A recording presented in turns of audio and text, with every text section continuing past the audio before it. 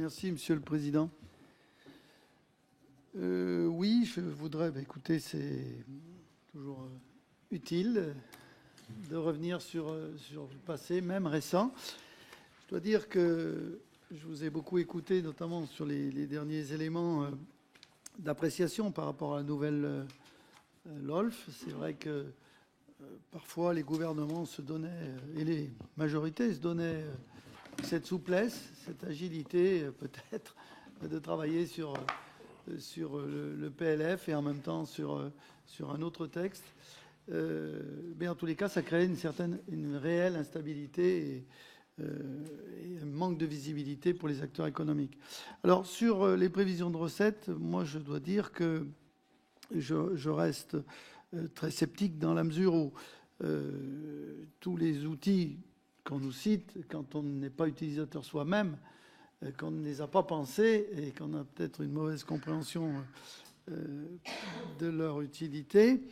Je suis très prudent parce que j'avoue la pleine incompétence. Je dois dire que sur les projections 2025, est-ce que vous avez été très concrètement actif pour éviter des reproductions d'erreurs? Est-ce que vous avez le sentiment, si vous pouvez nous rappeler ça de manière synthétique, ça peut être utile à ce stade. C'est quoi la question?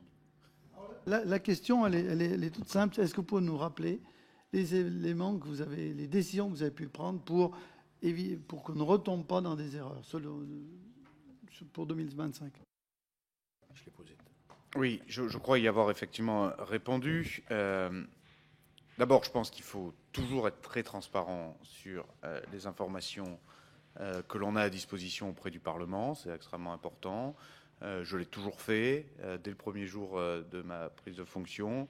Je l'ai fait au fil de l'eau, être très transparent sur l'évolution des recettes, à la hausse ou malheureusement, hélas, parfois à la baisse, les mesures de correction que l'on prend. Donc ça, déjà, je crois que c'est un point extrêmement important.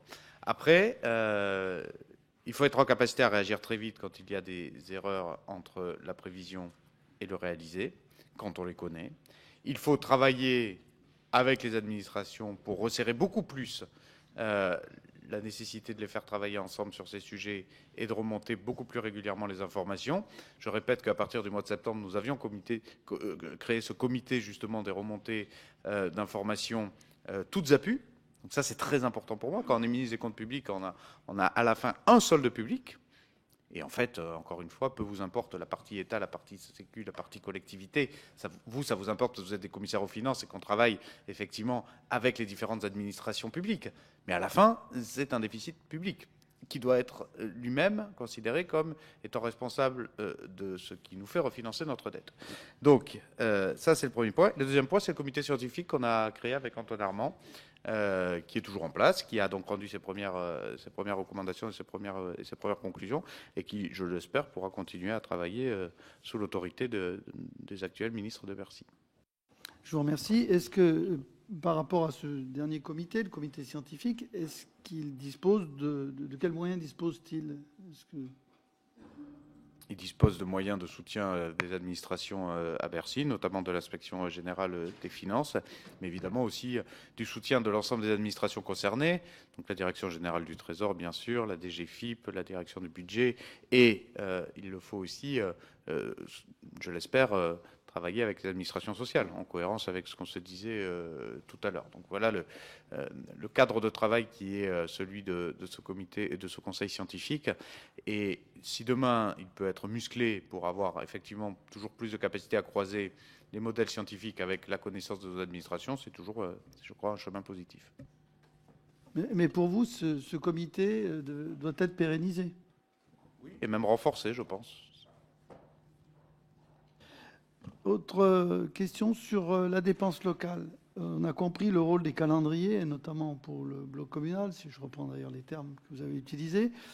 Mais derrière tout ça, on est obligé de repenser la relation État-collectivité territoriale. Oui, là, Monsieur Mandon, vous rentrez dans un débat politique sur lequel je m'aventurerai peut-être pas ce matin ici. Surtout que je crois avoir à plusieurs reprises donné ma position. Oui, effectivement, la la relation entre l'État et les collectivités, notamment d'un point de vue fiscal, mais pas que, aussi d'un point de vue des compétences, est un grand sujet complexe, qui nécessite un débat politique, je crois, global. La seule chose que je vais vous dire, puisque je ne crois pas être dans ma compétence en répondant à ça ce matin, c'est qu'il y a 2 rapports que je trouve de très bonne qualité. Premièrement, celui d'Éric Woerth, deuxièmement, celui de Boris Ravignon. Et une mission avait été confiée d'ailleurs, signée par moi-même et par Catherine Vautrin à Boris Ravignon, pour faire une saison 2, justement avec Éric Woerth, de ce travail, de repenser non seulement les enjeux de finances locales, mais pas que, au-delà de la relation entre l'État et les collectivités. Mais bien sûr que c'est les sujets de décentralisation, les sujets de compétences et donc les sujets de financement des collectivités, que ce soit par fiscalité propre ou pas, l'autonomie fiscale versus l'autonomie financière, tous ces débats-là sont des débats évidemment extrêmement importants dans notre pays. Voilà. Mais je n'aurais pas la prétention d'y répondre ce matin, et encore moins dans ce cadre-là. Mais ce n'était pas mon intention, mais je vous remercie de cet apport. J'avais une question peut-être un peu plus transversale. Finalement, dans la situation d'urgence que vous avez eu à gérer, le temps très contraint, quelle appréciation vous portez par rapport à votre marge d'action comme ministre sur un sujet aussi délicat que celui-ci et sur une fin d'exercice? Ce qui est vrai, c'est que le calendrier pour construire le budget était plus court, beaucoup plus court, qu'à l'accoutumée. Heureusement, et je le dis vraiment sincèrement, heureusement que les lettres plafond avaient été préparées par le gouvernement précédent. Ça avait permis quand même d'envoyer un certain nombre de cadres aux administrations des ministères concernés, d'anticiper, et nous nous sommes basés sur ces lettres plafond qui prévoyaient une économie de 15 milliards d'euros. Nous en avons rajouté 5 pour atteindre un quantum sur le budget de l'État d'économie de 20 milliards d'euros à ce moment-là. Sur la partie fiscale, nous l'avons construite effectivement intégralement, avec un délai très court. Mais sur la question qui est la vôtre de savoir quelle est la marge de manœuvre, si je reprends vos termes du ministre là-dessus, c'est celle du ministre du Budget et des Comptes Publics, évidemment en lien permanent avec le ministre des Finances, et évidemment sous l'autorité du Premier ministre, de façon très classique. Pendant l'examen du budget, je n'ai pas souffert d'incapacité de proposition, de prise de décision, d'orientation. Là n'était pas la question. La question était plutôt dans la préparation du budget, effectivement. La préparation du budget a été faite sur un calendrier trop court par rapport à... Et d'ailleurs, souvenez-vous, ça nous avait fait décaler la présentation en Conseil des ministres et devant votre commission de 10 jours. Donc on était dans un calendrier qui était beaucoup plus contraint qu'à l'accoutumée. Et ça, je ne vais pas vous dire que ce sont des bonnes habitudes à prendre, ça c'est sûr.